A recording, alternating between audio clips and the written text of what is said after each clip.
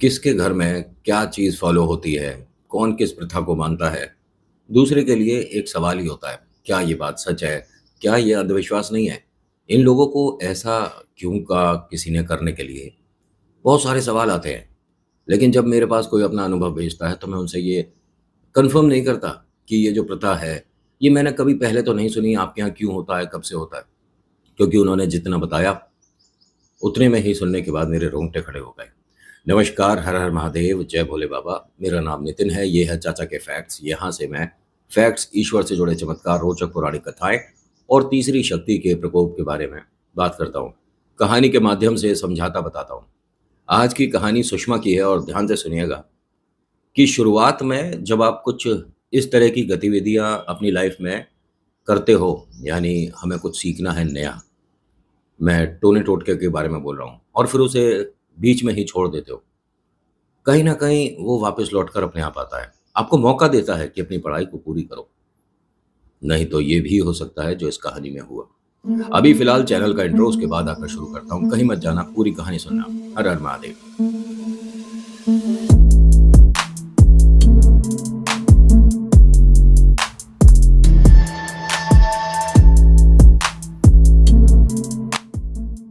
कहानी शुरू करने से पहले एक छोटी सी रिक्वेस्ट है, यहाँ बहुत सारे बटन है इधर नीचे, ध्यान दीजिए। लाइक, शेयर, कमेंट है ना, सब ये डिसलाइक वाला नहीं देखते हैं बस। और इधर सब्सक्राइब भी है, हैं? इनमें से देखिएगा, सब्सक्राइब करिएगा, बेल आइकन दबाइएगा, फिर ऑल को दबाइएगा। अगर आपको कहानियों में इंटरेस्ट है और आप चाहते हो कि हर कहानी आप तक सही समय पर पहुंच जाए, और शेयर कर दिया करो। सुषमा, जो कि तकरीबन अपनी शादी से 2-3 साल पहले इस विद्या की तरफ बढ़ रही थी, टोने टोटके की तरफ बढ़ रही थी, लेकिन किसी भले इंसान ने इन्हें बता दिया कि ईश्वर का जो मार्ग है ना, जो भगवान की पूजा, आस्था और उनसे मिलना फल है, वो ज़्यादा अच्छा होता है। इस चीज़ में कुछ नहीं रखा। टोने टोटके, आप सोचते हो कि अपनी बला कहीं और छोड़ दी, किसी चौराहे पर रख दिया। इसमें जिसके साथ वो बला जाएगी, उससे बहुत सारी बद्दुआएँ भी आएँगी। आपको वो भला बुरा बोलेंगे घर वाले कि अरे किसने अपनी बला छोड़ दी, क्योंकि कहीं न कहीं पता तो चलता ही है, लोग उतारे के लिए जाते हैं फिर। लेकिन हाँ, जो करते हैं ना ये टोने टोटके, उनके साथ भी कुछ अच्छा नहीं होता। बहुत ज़्यादा दिनों की खुशियाँ नहीं होती हैं, बहुत धन दौलत जमा नहीं हो जाती है, वरना दुनिया भर के लोग सब कुछ छोड़-छाड़ कर यही शुरू कर दें। और हाँ, एक चीज़ बताऊँ, अगर देखा जाए ना तो 100 में से 3 ऐसे होते हैं जो कि तांत्रिक होते हैं। बाकी सब तो किताब से पढ़कर कुछ चीज़ें आ गई और वो कर दिया और वो कुछ ना कुछ असर कर गया। 100 में से 3। ये ख़ास तौर से मैं उन लोगों को भी बता रहा हूँ जिनके मैसेज आते हैं कि कोई हमें ऐसी किताब बताओ जिससे कुछ चीज़ें हम जान जाएँ, और हम कोई सिद्धि करना चाहें तो किताब से हो जाए। सिद्धि किताब से नहीं होती। उसके लिए आपको भगत की ज़रूरत होती है, उसके लिए आपको एक गुरु की ज़रूरत होती है। सुषमा ने अपने गुरु, जो कि साथ ही पढ़ती थी इनकी क्लास में, उसके साथ ये टोटके पढ़ने शुरू करे, कोशिश करी। तकरीबन 4 एक महीने, बहुत लंबा समय होता है 4 महीना। इन्होंने काफ़ी चीज़ें सीखी और ट्राई भी करी अपने घर पर। अपने छत पर रखना था और बहुत अलग-अलग तरीके के टोटके इन्होंने ट्राई करे। और जो इनको मिला, जिसने कहा कि आपको सिर्फ़ और सिर्फ़ भगवान पर आस्था रखनी चाहिए, उसके पीछे बड़ी वजह क्या थी? इनका छोटा भाई। इनका छोटा भाई हमेशा घर में डरने लग गया था। इनके शादी से पहले का ये सब कुछ बता रहा हूँ अभी मैं, क्योंकि असली खेल तो अभी शादी के बाद होगा। इनका छोटा भाई डरता था। उसे ना मतलब छत पर खेलने का बहुत शौक हुआ करता था, और अधिकतर वो अपनी पढ़ाई भी छत पर किया करता था। सर्दियों का मौसम था, खिली-खिली सी धूप थी, 4 सवा 4 बजे का समय था। उस बच्चे का ये कहना था, और वो उस वक़्त 12वीं में था लड़का। उस बच्चे का ये कहना था कि मेरे दोनों हाथों को पकड़कर कोई आस-पास लोग थे जिन्होंने मुझे छत से नीचे फेंकने की कोशिश करी। मुझे वो हवा में उठा चुके थे। मैं जो अपने घर की ग्रिल है उस तक आ चुका था, और पीछे दीदी खड़ी हँस रही थी, जबकि वो कॉलेज में थी। और ये लोग बार-बार कह रहे थे कि हम उसका ऑर्डर फ़ॉलो कर रहे हैं। माता-पिता ने इसके सामने हाथ जोड़ दिए कि तू क्या कर रही है? उसने कहा मैंने कुछ नहीं किया, और तुझे मना किया था ना 3 दिन तक छत पर नहीं जाएगा। क्यों गया तू छत पर? ये अपने भाई से बहुत प्यार करती हैं, हर बहन करती है। लेकिन इन्होंने जो पढ़ा था किसी और के लिए पढ़ा था, क्योंकि बराबर वाले की छत पर रखा था, ना जाने इनकी छत पर कैसे वो वापस आ गया। इन्हें ये चीज़ ना देखकर थोड़ा-सा अफ़सोस हुआ कि ये जो मैंने किया है, ये एंड तक के लिए था। भाई पर जो ये शुरू हुआ, इसे यहीं पर रोकना ज़रूरी है। इसने फिर अपनी दोस्त से बात करी, जो इनकी गुरु भी थी। उसने कहा अभी 2 दिन तो उसे परेशानी होगी, तीसरे दिन हम कुछ कर पाएँगे। ये 2 दिन में लड़का ऐसा हो गया था कि इसे ऐसी जगह ले जाना शुरू कर दिया था, जहाँ पर दिमागी अ, कोई समस्या है तो लोग जाते हैं। ये घर पर अकेले बैठकर रोने लग गई थी सुषमा कि ये मैंने क्या कर दिया? मेरा भाई क्यों इस टोटके की चपेट में आ गया? मैं कैसे ठीक करूँ? और वो ठीक नहीं हुआ। 3 दिन बीत गए और इसे सुषमा को ये नहीं पता था कि इनकी ये जो गुरु है ना, ये क्योंकि गुरु है तो ज़्यादा तो जानती है। इसने इन 3 दिन में उसे और ज़्यादा स्ट्रॉन्ग कर दिया, जो इनके घर पर है। यहाँ से पढ़ना शुरू कर दिया, भाई के बारे में सभी कुछ पता था, उसकी जन्म तिथि पता था, नाम पता है, और हाँ, उसकी एक जैकेट भी इनके घर पर थी, मैडम के, जो गुरु है। तो टोटका बहुत ज़ोरदार हो रहा था। अगर कपड़ा किसी के पास पहुँचा हुआ है तो हाँ, लेकिन वो कपड़ा वापस आपको मिल भी जाता है, जिस पर किया होता है। आपको खुद लाकर दे देंगे या आपको कहीं पड़ा मिल जाएगा घर में, बाहर, इधर-उधर छत पर। इनको पता ही नहीं था कि मेरी जो गुरु है, मेरी मदद नहीं कर रही, उल्टा वो इस टोटके को स्ट्रॉन्ग कर रही है। गलती से इत्तेफाक, क्योंकि ये तकरीबन 2 ढाई साल से मंदिर वगैरह नहीं जाती थी। इसको जाना पड़ गया, क्योंकि भाई की हालत दिन-ब-दिन ऐसी हो रही थी जैसी हम पिक्चरों में देखते हैं ना, कि जब भयानक किसी पर खेल हो रहा होता है तो उसकी शक्ल कैसी हो जाती है, उसका चेहरा कैसा हो जाता है। उस बच्चे का स्कूल जाना बंद हो गया था। 1 हफ्ते बाद पढ़ाई भी थी, मतलब एग्ज़ाम आ रहे थे इसके, जो प्री बोर्ड वगैरह होते हैं। इसने मंदिर में जाके अरदास लगाई, और जब ये अरदास लगा रही थी तो बोल कम रही थी, रो ज़्यादा रही थी। यहाँ एक भगत जी जो कि चोला चढ़ाते हैं, मतलब बाबा के सामने थी हैं, उन्होंने कहा बेटा रो क्यों रही है, सारी बातें बताई। और उसने ये भी कहा कि भगवान वैसे तो होते नहीं, लेकिन मैं सिर्फ अपने भाई की वजह से आई हूँ। इन्होंने कहा भगवान भी होते हैं, और बहन तो एक माँ का दर्जा रखती है, तुमने ये उसके लिए क्यों करा? उसने कहा मैंने आपको सिर्फ ये बताया कि मेरा भाई परेशान है, और मैं मंदिर आती नहीं हूँ, लेकिन बहुत समय बाद आई हूँ। आपको कैसे पता कि कुछ किया कराया है और मैं ही उसकी जिम्मेदार हूँ? उन्होंने कहा मैं बहुत कुछ जानता हूँ, लेकिन सिर्फ तुम्हें इतना बताऊंगा, जिस राह पर तुम चल रही हो ये ठीक नहीं है। अभी तो ये शुरुआत है, भाई के साथ तो अभी कुछ भी नहीं हुआ। जो तुमने रखा था ना छत पर, उसका असर पूरे परिवार पर होगा। आपके घर का कोई भी वृद्ध जो कि 75 से ऊपर का है, ध्यान करो, आंख बंद करके उसकी शक्ल आएगी, उनका वक्त आया हुआ है। इसने जैसे ही आंख बंद करी तो हाँ, इनकी नानी इन्हें दिखी, और उनकी उम्र 83 के आसपास थी। लेकिन वो तो गांव में रहती हैं और मिले हुए भी जमाने हो गए थे। ये यहाँ से घर पहुंची हैं, 2 दिन बाद उनकी खबर आ गई थी। ये जो भगत जी हैं, इन्होंने कुछ चीज़ें बताई थी, और साथ ही साथ ये कहा था कि जो आपका भाई है, उसको घर के जो पुराने कपड़े हैं पहनाने बंद कर देना। दुकान से नया खरीदो, नया पहनाओ, जब तक वो बिल्कुल ठीक नहीं हो जाता। अब ये क्या होता है, क्यों होता है, ये मुझे नहीं पता, लेकिन जितना जैसे जो बताया वो मैं बता रहा हूँ। इन्होंने भाई के लिए कुछ नए कपड़े खरीदे मंदिर से जाते में, और बहुत रो रही थी, मतलब कपड़े की दुकान पर भी रो रही हैं, जब ऑटो में बैठी हैं घर आ रही हैं तब भी रो रही हैं। हर कोई पूछ रहा है कि बेटा क्या हुआ, अब क्या बताए कि मैंने अपने भाई के ऊपर टोटका पड़ दिया, और उसकी स्थिति अब बचेगा या नहीं बचेगा, ऐसी हो रही है। घर पर पहुंचती है तो नए कपड़े लाई, घर में सबको बड़ा अजीब लगा। भाई की तबीयत खराब हो रही है, सारी समस्याएं हो रही हैं, आसपास के लोग आ रहे हैं बार बार देखने उसे, और तू ये क्या शॉपिंग करती फिर रही है? उसने कहा सब कुछ ठीक हो जाएगा। क्या ठीक हो जाएगा? और तुझे भी पता है कि सुषमा ये परेशान किसकी वजह से हुआ है। मैं मंदिर गई थी और वहाँ से प्रसाद लाई हूँ, थोड़ा इसे प्रसाद खिला दो।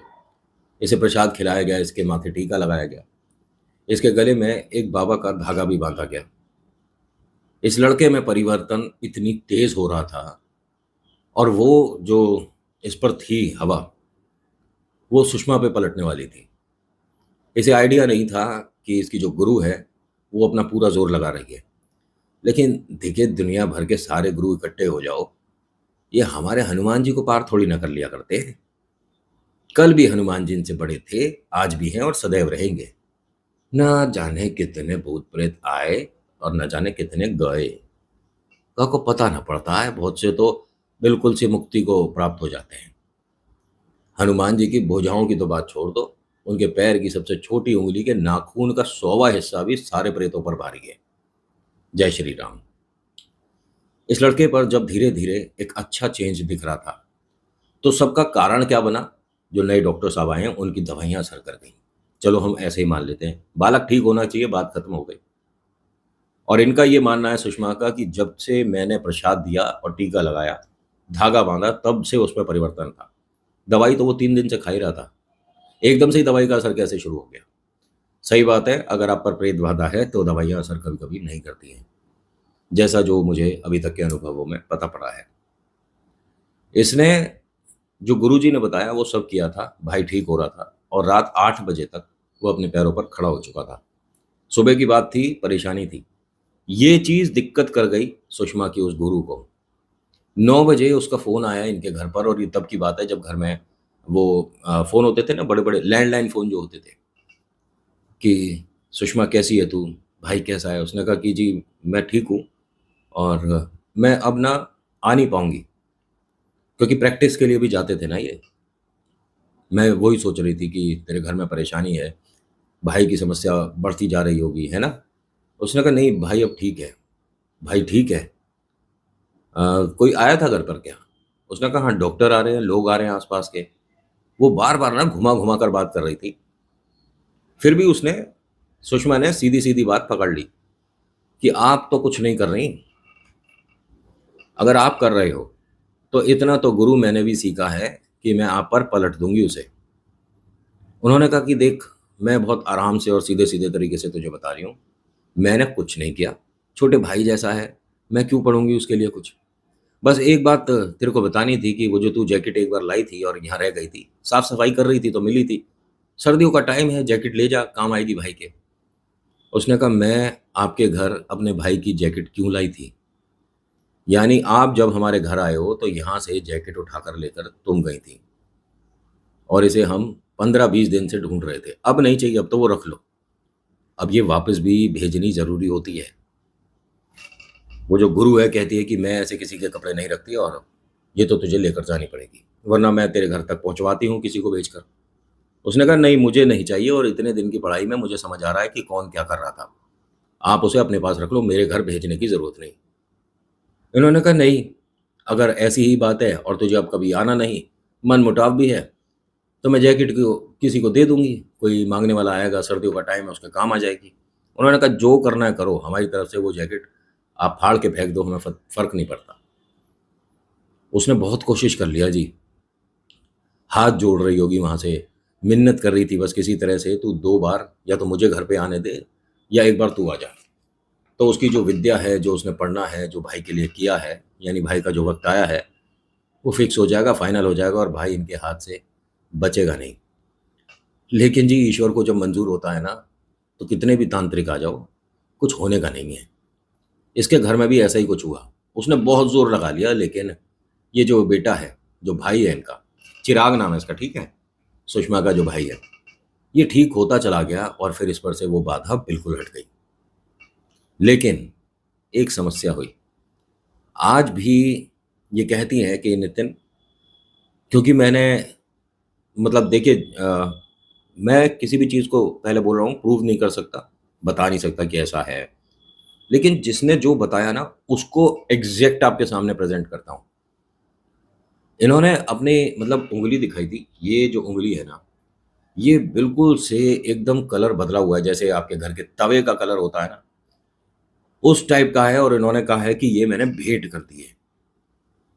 मुझे नहीं समझ आता इसे और क्या कहा जा सकता है, क्योंकि वो जो उस पर था, उसने अपने दूसरे गुरु से यानी सुषमा से स्थान मांगा कि मुझे दूसरा स्थान चाहिए।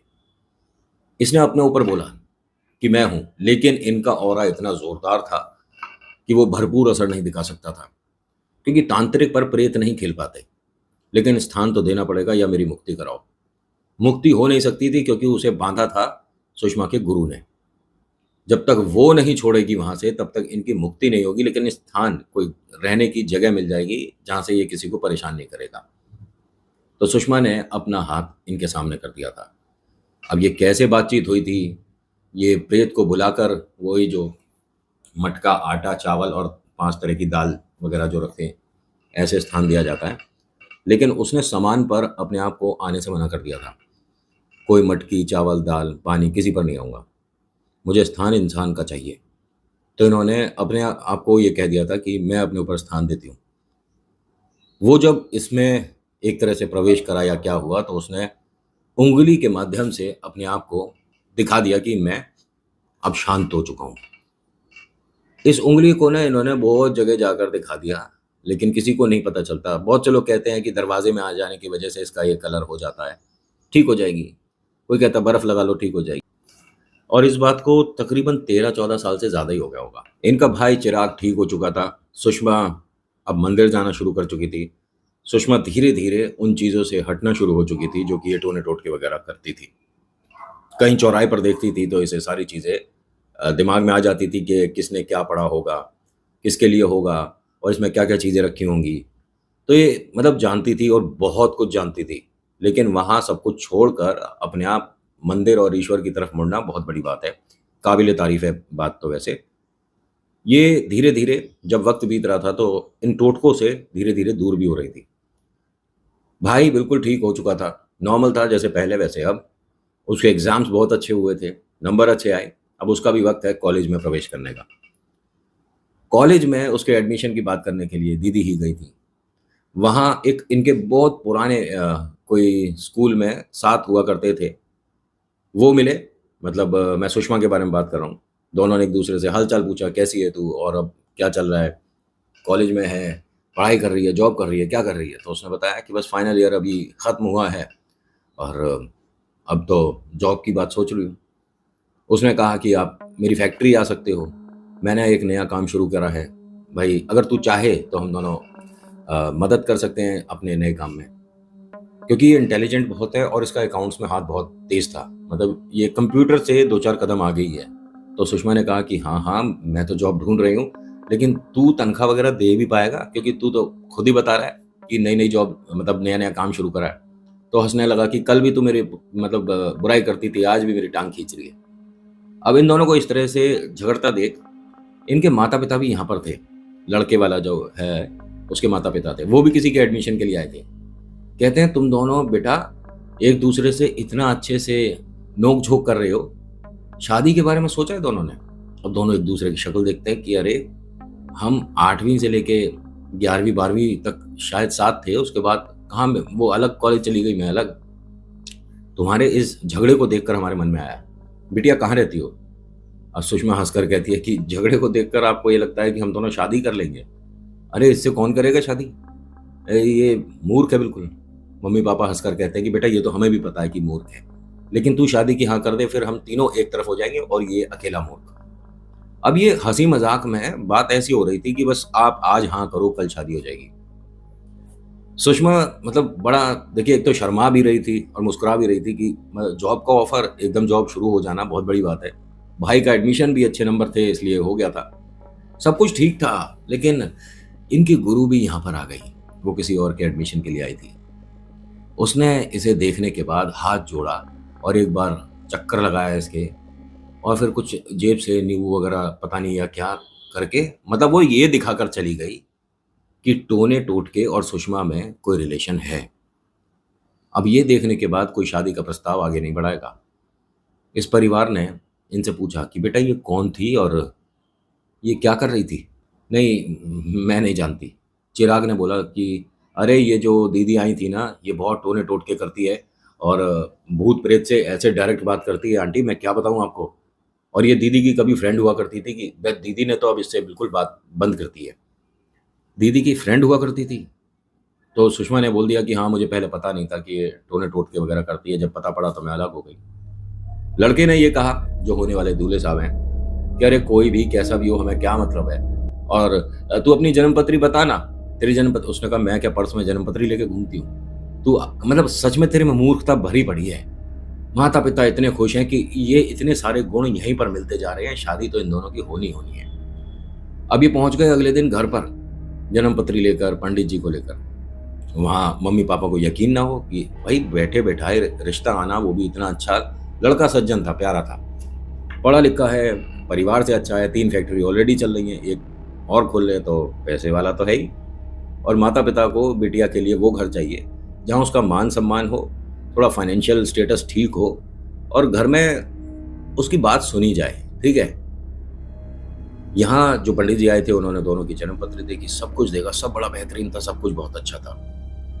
लेकिन कहीं इसके पीछे ऐसा भी तो नहीं था कि उन्हें बस एक ऐसी बहू चाहिए जो ज़्यादा सवाल ना करे, और जो उनके यहाँ प्रथा चल रही है प्रेत को लेकर, वो आराम से हो जाए।